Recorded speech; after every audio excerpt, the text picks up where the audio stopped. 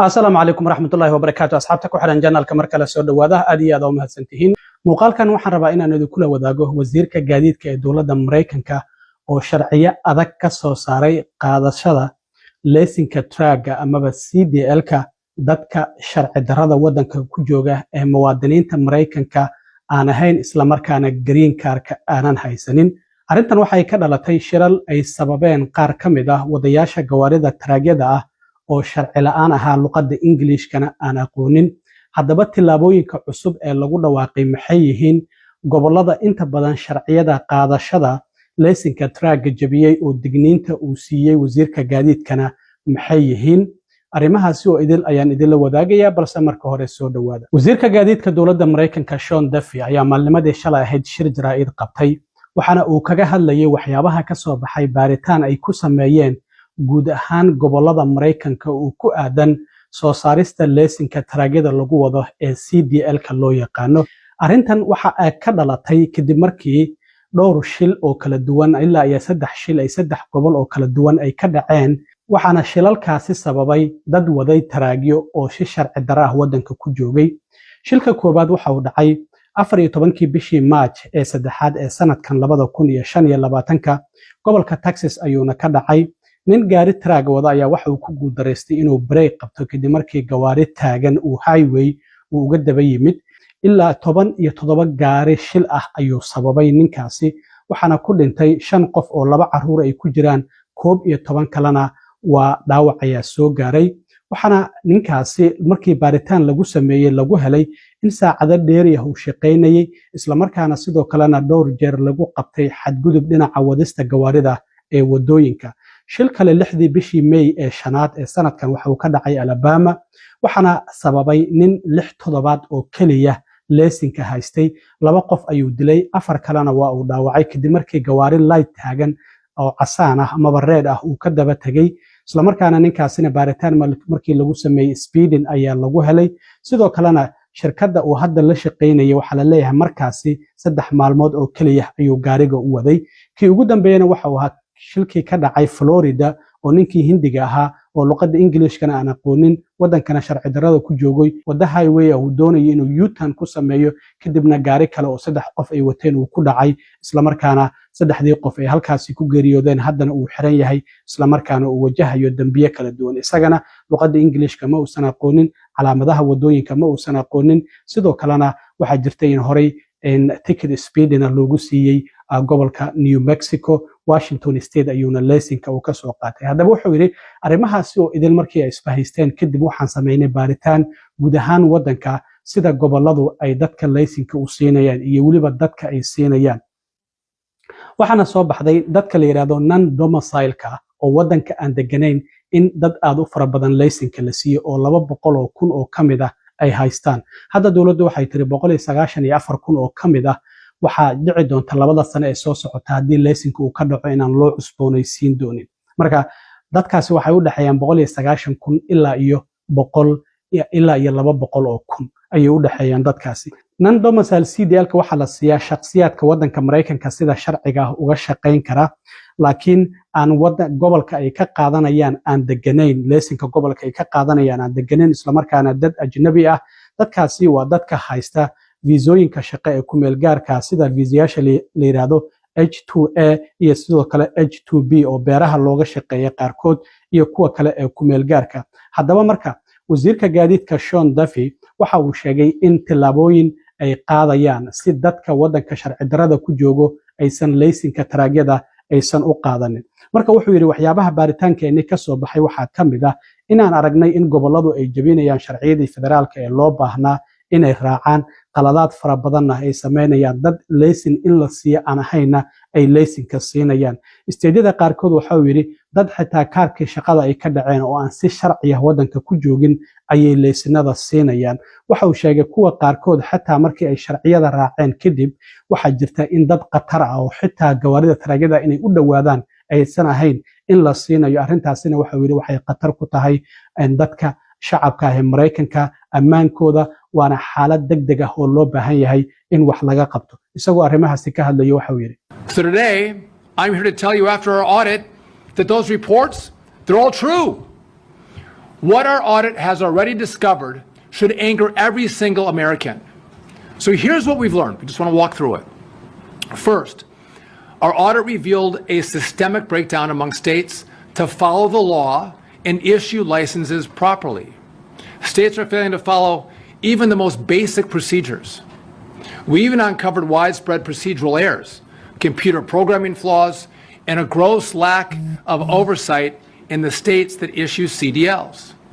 This means that thousands of licenses that should never have been issued actually were issued.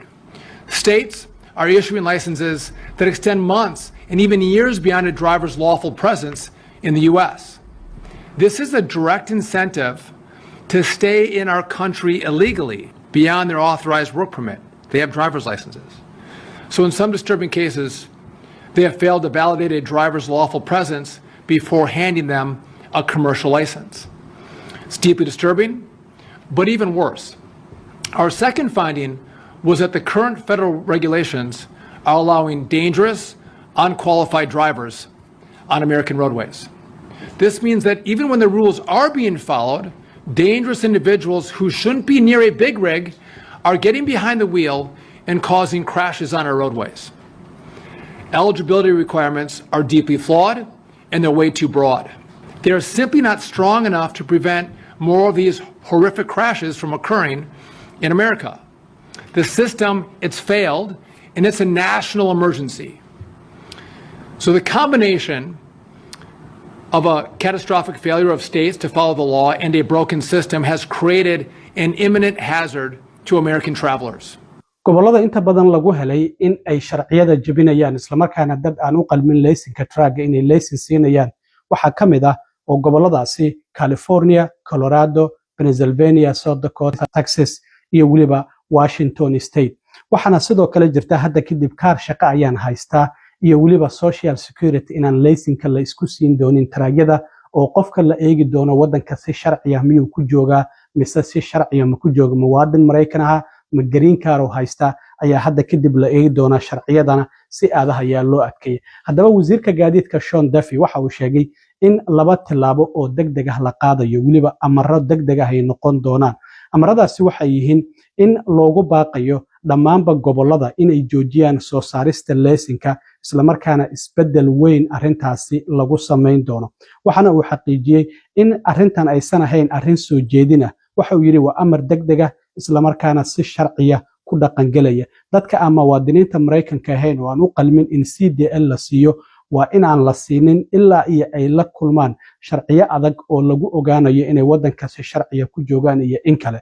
qodobka kale waxa uu yahay in dhammaan gobollada loogu baaqay inay si degdeg ah ku joojiyaan inay soo saaraan laysinada ay siinayaan dadka wadanka Mareykanka aan deganayn islamarkaana ilaa iyo ay u hoggaansamaan sharciyada federaalka ah. waxa uu yiri gobolladu hadday sharciyadaasi aysan u hoggaansamin waxa uu yiri fariinteedu waa ay caddahay wayna fududahay hadda u hoggaansama hadday kalena waan idinku qasbaynaa lacagaha aan idin siinana waan idinka jaranaynaa. marka waxa ay macnaheedu tahay lacagaha gobollada ay dowladda federaalka ay siiso ayaa laga jaranayaa haddii sharciyada ay dowladdu ay ku amartay ay u hoggaansami waayeen. wasiirka gaadiidka Sean Duffy oo arrimahaasi ka hadlayayna waxa uu yiri That is why today I'm announcing two immediate major actions. Number one, we're issuing an emergency rule that fundamentally overhauls who is eligible for a non-domiciled CDL. These tighter federal standards, they're going to keep Americans and families safe on our roadways. Now, this is not a proposal. This is a final rule. And it is effective immediately. Here's the bottom line.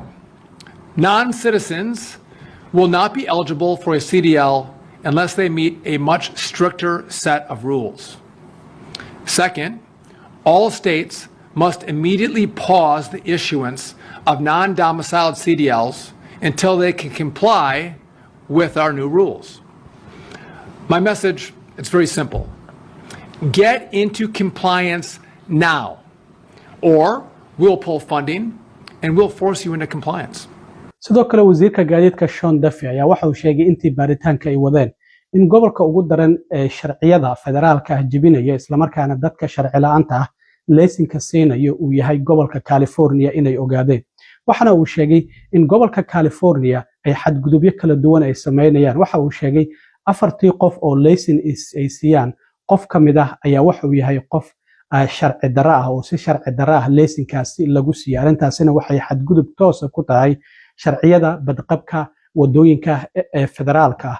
Waxaana uu sheegay inay ogaadeen in ka badan 25% laysinada ay soo saareen si sharci darro ah ay ku soo saareen oo gobolka California uu ku soo saaray. Haddana waxaa loogu hanjabayaa in ilaa iyo 160 milyan oo dowladda federaalka ay siisa laga jaran doono haddii gobolka California uusan u hoggaansamin sharciyada federaalka. wasiirka gaadiidka oo mar kale ka hadlayana waxa uu yiri gobolka California sida sharciga ay u jebinayaan. Nowhere in the country have we found a more egregious licensing situation than in the state of California. That's why the second action we're announcing today is an additional enforcement action against California. So for 2 weeks, FMCSA investigators were on site in California actually looking at their records. So we took a random sample. Investigators found that more than 1 in 4 non-domiciled CDLs were issued in direct violation of federal safety standards. So let's just put that another way. Over 25% of these licenses, they were issued illegally.